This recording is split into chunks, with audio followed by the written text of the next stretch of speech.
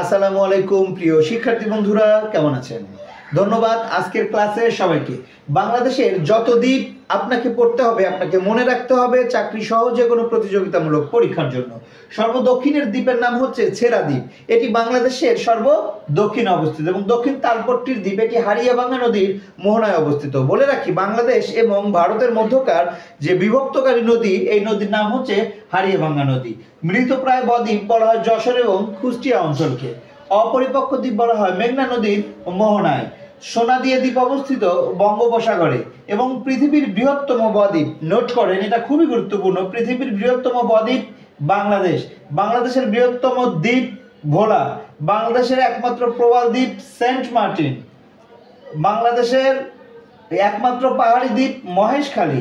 কুতুবদিয়া দ্বীপ এটা হচ্ছে কক্সবাজারে অবস্থিত।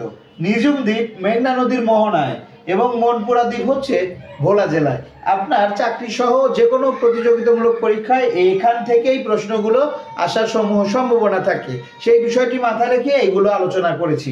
কেমন লাগলো আমার আলোচনাটি অবশ্যই কমেন্টস করে জানাবেন। সেই সাথে আমার একাডেমি পেজটি ফলো করে লাইক শেয়ার কমেন্টস করে আমাদের সাথেই থাকবেন। ধন্যবাদ সবাইকে।